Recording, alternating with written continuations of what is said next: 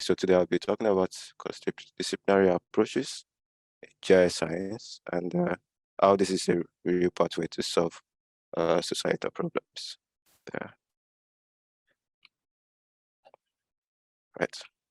So in this presentation, I would try and spend some time to describe the definitions and provide a background to give a context to this discussion, and also discuss it, say a little bit about the evolution of GIScience. Then I would ask for your thoughts, and I would want to get responses from you. Then we think about what other people have said. Then we talk about problem analysis, and then how to go about this approach. Okay. Well, this is not so much about research. It's more of a TED talk to motivate you to see how you can start a new pathway in this direction. Well, we know science is the art and system of acquiring knowledge. And yeah, discipline is just a small branch of it. And in the diagram, you can see the broad overview of sciences, the social sciences, and how it trickles down to earth and space sciences. And we realize that disciplines are actually the smallest units. They are the building blocks of sciences, according to Zuckerman. And here we can try to define what is a scientific discipline, actually. And we have two definitions, according to Anderson. One is an epistemic structure, which is epistemology is about the art of getting knowledge, where we can define set of theories, methods, and solutions. And also it could be about the social structure, a community of scholars and thereabout. And yeah, this is what we think, and this is the definition of what a scientific discipline should be, a specialty. So in the small quiz that I'll give you, I hope you have this in mind when you start thinking of GIScience. So over the years, we've had two trends that have grown. The first one has been there for a very long time, and the second one, which is about cross-disciplinary studies, it has begun to grow recently. And from the diagram, you can really see that what it really means. When we have a discipline, you just do what you know, what you study.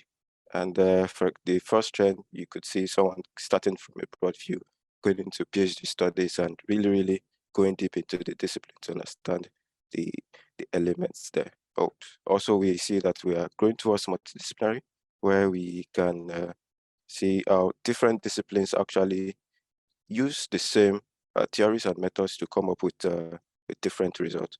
And then, but it's still the same, similar thematic umbrella. In participatory, we actually try to involve the society here. That is, we do not stick to people in the academics, but we do not really integrate the knowledge because we just want to know, and we just want to get them involved and seek their approval. But then going towards interdisciplinary, we now have different disciplines coming together to solve the same problem on a specific project. And transdisciplinary just means that it's even broader because we have different disciplines in different sectors actually coming together to solve it. It's the pinnacle of cross-disciplinary studies. And why do we really need to do this? First is because problems are actually very complex, and sometimes we cannot really solve them with a single field of study. Think about climate change and its impact. A single field of study cannot really exhaustively describe all of this impact. And if also another reason why we need to go beyond our discipline is that some phenomena can be investigated at different levels from different points of view. Think about the human body, think about our systems, how some persons will look at the medical sides of our health, some people will look at the psychological part, our brains and all. It's the same system, but it's been explored at different points of view. And this is the same idea that actually brought the need for cross-disciplinary studies. And yeah, and now we are about GIScience, and yeah, it's quite old already. It haven't been there since the 90s and the 60s rather, and you can see how it has grown over the years. In the early years, it was more about the systems and the techniques for advancements. And then we had history, we had a lot of computer applications that came on board. And at some point, it started to become very commercialized, and the end users are the focal points. But eventually, this Michael Good Michael Goodchild actually came up and challenged a lot of experts that okay, we are becoming too commercialized. We are still doing a lot of studies. It's actually in the conference where he presented his paper in 1992. He actually brought about the birth of this discipline or so-called discipline, GIScience. But over the years, it has also continued to grow immensely because of the national institutes and the associations that came with it. And you can see how it has continued to improve. Most of these details I expect that we know. Then it's continued and we see systems. Eventually, it's built a lot of studies. And then we have the science part of it where we can actually observe and try to uh, update our methods, try to think of how we can go about these things. And we see how it started from the principles of geodesy, describing the Earth's surface and surveying, how to actually get measurements, and how to make maps, how to use different imagery to do a lot of things. And you can see the growth of the publications. We see the sharp growth in 2005, and a lot of discussions in around 2009 and 10. But should we actually call this a discipline or not? And so far, it's still as an upward trend that is really good for us. And it has been applied to different subjects, and we have different specialists that have used GIS science. But the question still remains, do we have enough to say this is a discipline, or should we just think about something else? So for the next 2 minutes, I would encourage you to try and complete the survey. I hope you can see. So it's you can already scan the code, and I don't know if the I don't know if the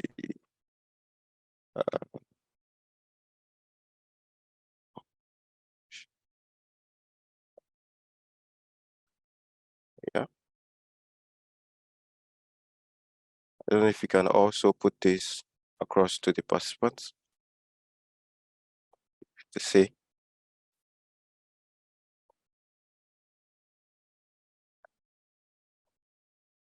Let's do this very quickly. Okay.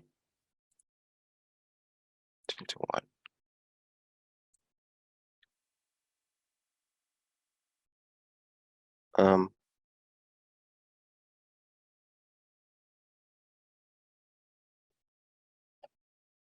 So let's do this. We have 30 seconds for each question. And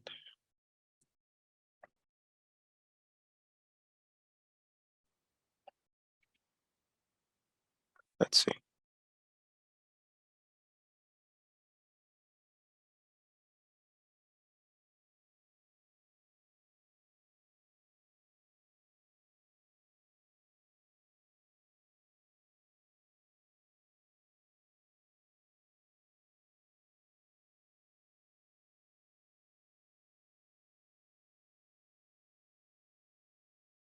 Okay. Well, that's about 9 responses already. And yeah, the answer is very clear. Yes, GIS is still technology driven till today. Now the next question.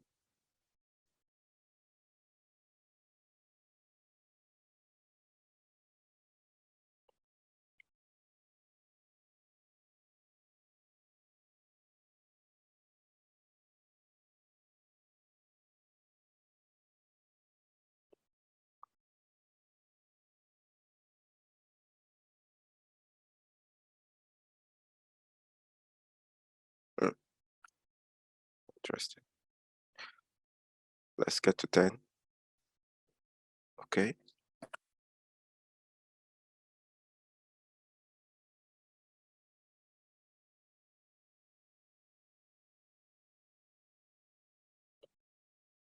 Yeah. Yeah.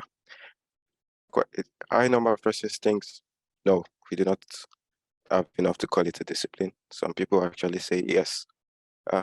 Yeah, this is what I was actually expecting. And this gives us time to look at the next question also.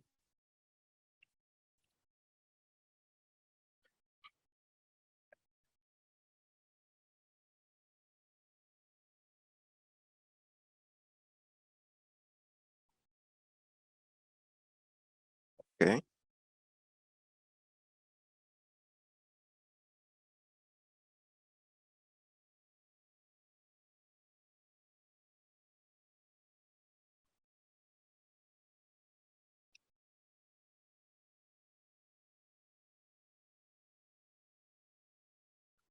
Very good.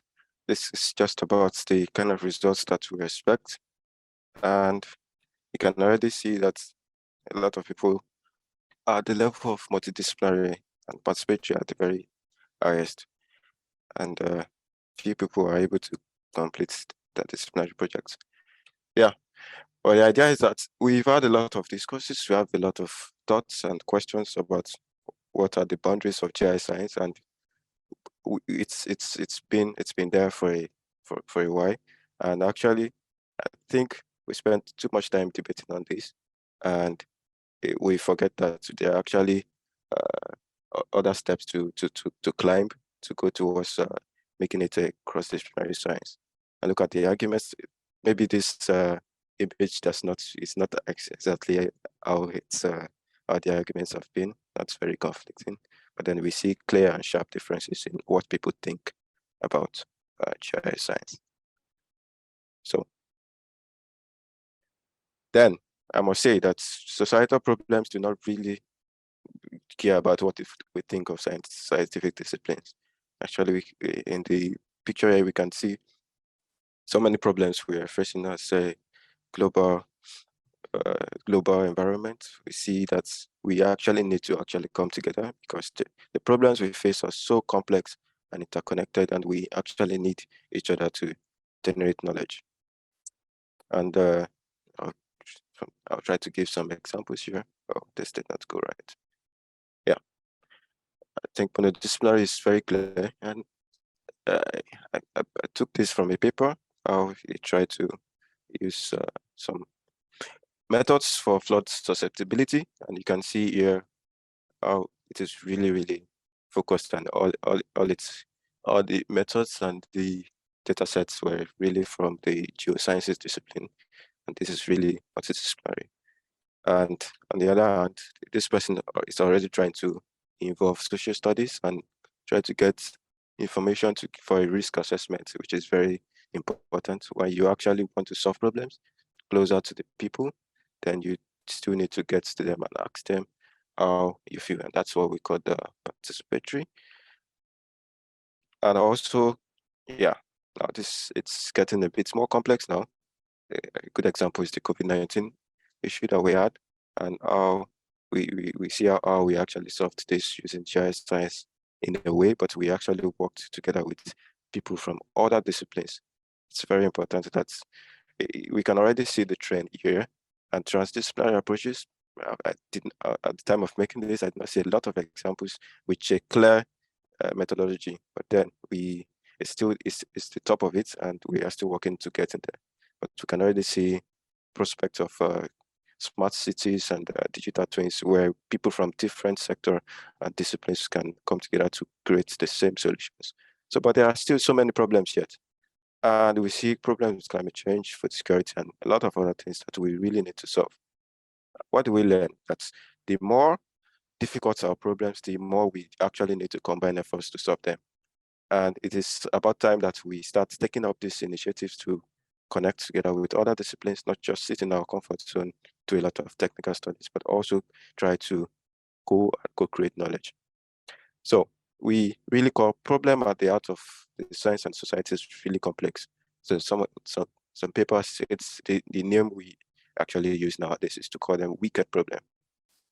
And because it's not just a research problem, it's also a societal problem. That means there are so many values, systems, so many cultural attributes. Think of COVID-19. We did not know a lot of things. And I will explain this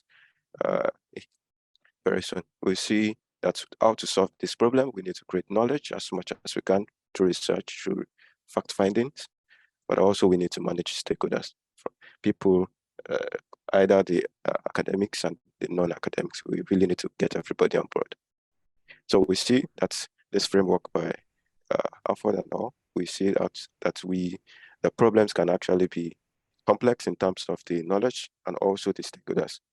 So think of how COVID came up. We did not know a lot of things, so we had to really find out and create knowledge. How does this disease come on board? And people now have to agree on the way to solve it. So agreement is almost as important as actually creating the solution to the problem. And that is where the management of stakeholders. So what do we do after knowing all this? We can do this in two ways that actually help each other. First, we have to learn and to act. How do we learn? By educating ourselves about a lot of programs, taking courses in other disciplines and workshops. Learn about ethics. It's very important that you do not do a lot of things wrong. It's also good to connect with culture and to learn. Working in India, working in America, it's very different, even though the knowledge base is quite similar. So we are social creatures, and we need to also learn about that. But also you have to act. You have to be part of projects, and you can volunteer. A lot of opportunities are coming up where you can actually work with people in different other disciplines.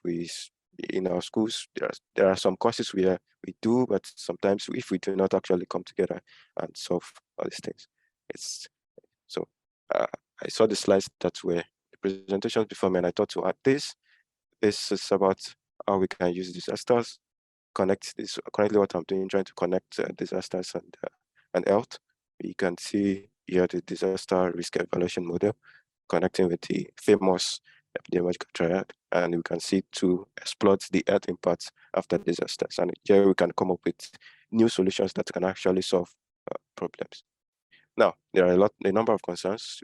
It could be that you face a situation where you feel you do not have identity, especially when you work on this interdisciplinary.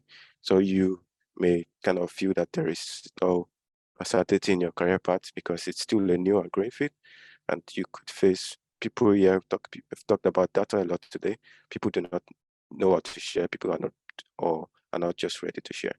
So those are some of the issues we face. So what we must do to counter all of this is that we learn a little about other disciplines, try to create a team where we can work together and ensure to agree on expectations when you have to work on the project, and just keep moving, being a stubborn optimist, and communicate as much as possible. So I don't think we have 5 minutes anymore, but I can still entertain questions. You can feel free to always connect with me. I research here at ITC, and there's quite a lot of opportunities in this interdisciplinary field. Do we have questions already? Thank you very much for the wonderful presentation.